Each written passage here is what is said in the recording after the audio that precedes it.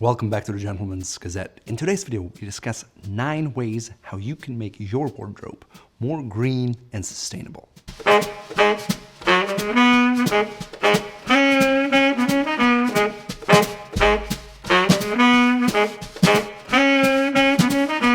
It's a well-known issue that the garment industry and the manufacturing of clothing contributes to labor abuses in low-cost countries, to the abuse of natural resources, and last but not least, to hyper-consumerism. Especially fast fashion brands take advantage of the ever-increasing rate of turnover, trends, and fashion seasons in clothing that exploits the insecurities in men, which in turn leads to them buying every time something new comes out and throwing the old stuff away. By the way, this is obviously not just an issue for men, but for women and children as well. Now, even though that's bad, unfortunately, there's no way to make your wardrobe 100% green and sustainable. All clothes are made from some form of raw material that is then either spun or woven into fabric that is dyed, and the final product is typically shipped around the globe to get to the end consumer. All these stages have environmental impacts, some more than others, but they all do to a certain extent. Now, as a consumer, it is basically impossible to opt out of this supply chain unless you decide to go naked all the time, or maybe herd your own sheep, spin your own yarn, and make your own clothes. However, to say it with Anne-Marie Bonneau, we don't need a handful of people who do zero waste perfectly. We need millions of people who do it imperfectly, because that has a much bigger impact on our environment and the green aspect. So rather than striving for perfection and feeling guilty about having an interest in clothes, it's better to use a few ways to reduce your impact and your footprint to create a more green and sustainable wardrobe. So how can you be more sustainable? Well, first of all, always ask yourself, what is the real impact of the thing I'm buying here right now? For instance, just about every fabric, natural or not, has an impact on the environment. Even something like bamboo that is really popular right now, that uses viscose derived from bamboo plants, which are renewable and grow fast, that can also have an impact in the sense that maybe rainforests is destroyed to grow more bamboo. Fortunately, in this day and age, there are lots of companies who talk about how their things are made, what kind of materials they use, and what impact that whole thing has on the environment. So for example, if you buy a blazer in a nylon or polyester blend, it will likely age very quickly, and after 2 or 3 seasons, you'll see pilling and you'll probably want to throw away the whole thing. On the flip side, if you get a 100% wool blazer, you can probably wear it for 10 years or several decades to come. Which brings us to point number 2. Invest in quality rather than quantity. Frankly, one of the easiest things you can do as a consumer is to buy your clothing more intentionally but less frequently. For example, a sweater in a timeless style with a high quality yarn is something that you can probably wear over the course of 30 years. And obviously, that is much more sustainable than buying a cheap sweater out of a short staple material at a lower cost in a trendy pattern that will pill just a few times after you wear it. Personally, I try to avoid buying things if I can't trace back the origins, especially if the item is new. If a company can't give me detailed information about the yarn they use, the staple length, and what goes into making the product, I rather skip it and buy from a company that can give me those answers, because that way I know I buy quality and not crap. 3. Even though the concept of a green or sustainable wardrobe may not resonate with you, think about it from a resource perspective, not just for Mother Nature, but also for your own wallet. Typically, a green or sustainable wardrobe is more intentional, more satisfying, and also less wasteful, and you typically spend less money on it in the long term rather than buying cheap stuff left or right without any thought-through concept. Why? Well, because it's filled with useful, versatile, and high-quality pieces that don't have to be replenished very often and that will stand the test of time. And that means you have to invest a whole lot less money, and isn't that nice if you can use that money and buy something else for it? The 4th thing you can do for a more sustainable wardrobe is to dig a little deeper into yourself and what you want, and develop your own style that is independent of current fashion movements. You think you know your style already? Well, have you ever bought something that you never really ended up wearing? If you have, then chances are you haven't quite nailed your style yet. Reality is, we all make mistakes. The beauty of mistakes is that we can learn from them. So if you have bought something in the past that you didn't end up wearing, ask yourself, why? Why did I not end up wearing it? Why did I buy it in the first place? Then, as follow-up questions, ask yourself, how do you want to be perceived? Also, how does outfit X, Y, or C, or that certain garment make you feel? Because if something makes you feel good, the way you stand, the way you walk, the way you look really radiates that feeling. Also, analyze your wardrobe and ask, what are the garments I wear over and over again? Then figure out what makes you keep coming back to them. Is it a fit, the color? Is it maybe just the convenience of it? What is it? Once you've mastered that, you can ask yourself, what does an ideal wardrobe for me look like? A side question to that can be, what do I value the most in clothing? Is it comfort, versatility, simplicity, or quality? You figure it out. The whole purpose of asking these questions is that you come up with a style that works for you and your personality and what makes you feel good. That means you can wear it consistently. You will always be perceived as well-dressed, and it always provides a certain confidence because you chose this exact outfit for your very own reasons. And that means you're not just following a new trend because it's hip right now. Now, best of all, once you've found your style and nailed it, you can wear the same things over and over again in different combinations. But because of that, you will buy less, which will save you money. 5, stop impulse buying.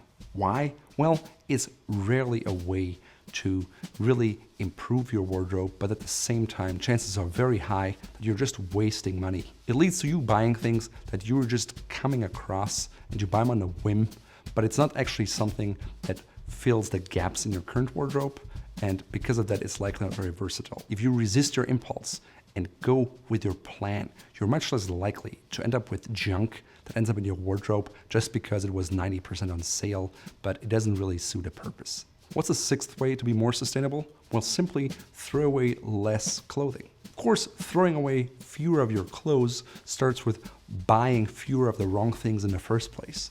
So next time you face an impulse buy or something that pleases your eye, ask yourself these questions. How long will this piece last my wardrobe, and for how many years am I gonna wear it? Be honest, not romantic. How many times will I wear it before I toss it? And if I toss it, will I do so because I don't like the style anymore and times have changed? Or will I toss it because it's so delicate that it will have worn out? If any of those questions indicate that you won't have this piece for a long time, simply don't buy it. 7, a fantastic way to be green and sustainable is to buy vintage or secondhand clothing. I know vintage clothes are often referred to as dead man's clothing, and some people are turned off by that, but personally, I love vintage secondhand clothes. For me, it all started not with a mindset of wanting to be sustainable and green, but simply by striving for quality and not having the budget for it as a high school student. Now, often vintage clothes or secondhand clothes have the connotation of you being broke and not being able to buy something new that you can afford.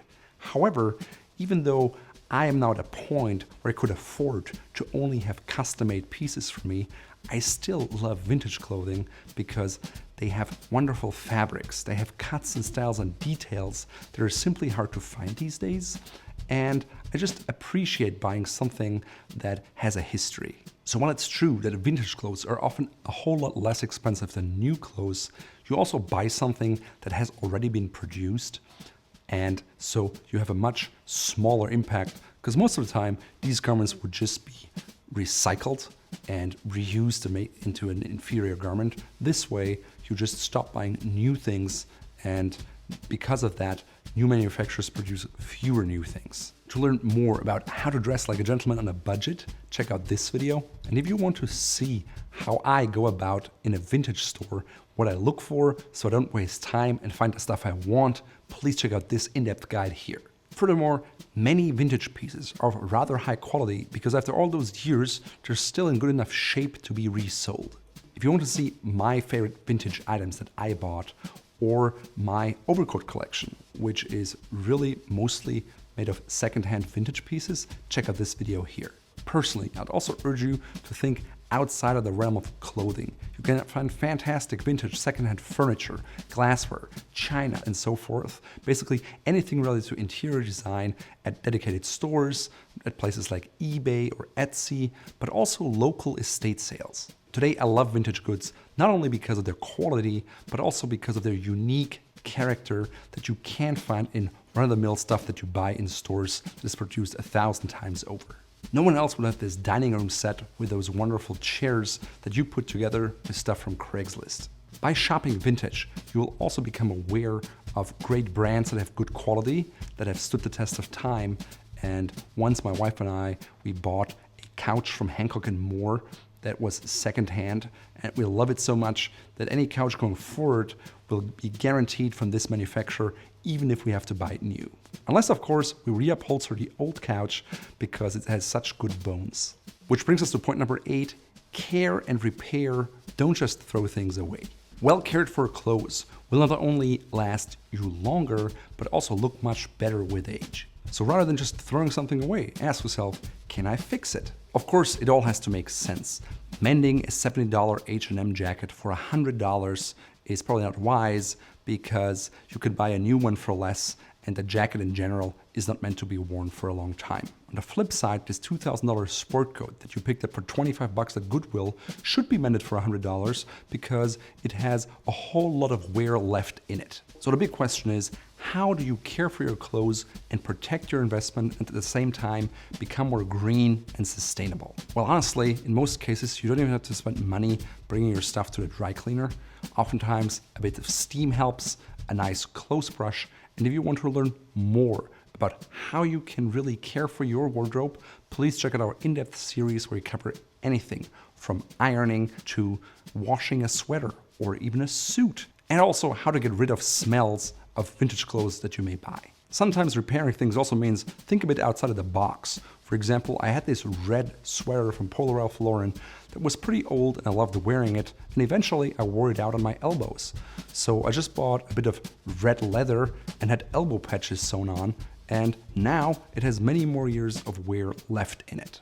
Now, even if your clothes do wear out, for example, your shirts, where the interlining is visible and the collar is basically falling apart, you can still wear that stuff around the house, maybe for cooking, right, when you have fat splatters, or maybe for gardening. Last but not least, the 9th thing you can do to build a more sustainable wardrobe is to invest in versatile pieces. In the past, we introduced you to a capsule wardrobe, and you can learn more about it here. At its core, the idea of a capsule wardrobe is that you can pair anything with anything else. Now, while that's very extreme, and you sometimes may want to wear a velvet dinner jacket that doesn't combine with anything else in your wardrobe, there are certain items such as a navy blazer that can be worn with a matching pair of pants for a suit, or maybe with a pair of jeans, a pair of chinos, or gray flannels. It's just a very versatile garment, and if you buy those pieces that work very well with other stuff, it's going to be very easy for you to combine something. It means you buy less, it also means you save money, and you're just going to be much happier because when you travel, you are just very flexible in what you can wear. For example, the same is true for a pair of cufflinks that you buy that goes with a lot of outfits. Or let's say you invest in the Fort Belvedere belt system with different buckles and belts. That way you can buy 3 belts, maybe 3 buckles. That gives you 9 options that basically cover you for all the occasions you will need them for. So rather than buying 9 belts, you're buying just 3, but you get the versatility of 9. So obviously, smart modular systems of that nature will help you keep a smaller ecological footprint and build a greener and more sustainable wardrobe. In today's video, I'm wearing a vintage tweed sport coat, which I found at Brimfield, which is the largest outdoor flea market in the US. It costs about 30 bucks, is made from a nice Donegal tweed, and has these beautiful football leather buttons. I'm combining it with a striped shirt from the Italian maker Seniscalchi, which is a very expensive bespoke maker, but I bought the shirt used about 15 years ago. Even though the fabric is very thin and breathable, it is of high quality and it has lasted until now. I'm combining it with a wool challis tie from Fort Belvedere in burgundy with yellow dots, and a wool silk pocket square likewise from Fort Belvedere, which you can both find in our shop here. The tie bar is vintage and I picked it up for $3. My cufflinks are modeled after monkey fist knots. They're made out of solid sterling silver that is heavily gold plated and it will never rub off, and I can pass them down to my great-grandchildren one day. The ring wearing is gold with a citrine stone that I also bought in Brimfield at the flea market at the then current gold price. My shoes are not vintage, but they're in a burgundy color, which is extremely versatile, and I can wear this kind of color for a business event, I can wear it for a casual event, and it's probably the most versatile shoe color a man can have. To add an anchor point to the outfit, I chose to wear a pair of mustard yellow cotton chinos that I had made for me in Sri Lanka years ago. I tied all together with a pair of cheddar striped socks in brown and beige from Fort Belvedere, and a burgundy belt that matches the shoes, and a gold buckle, both from the Fort Belvedere belt system, which you can find in our shop here.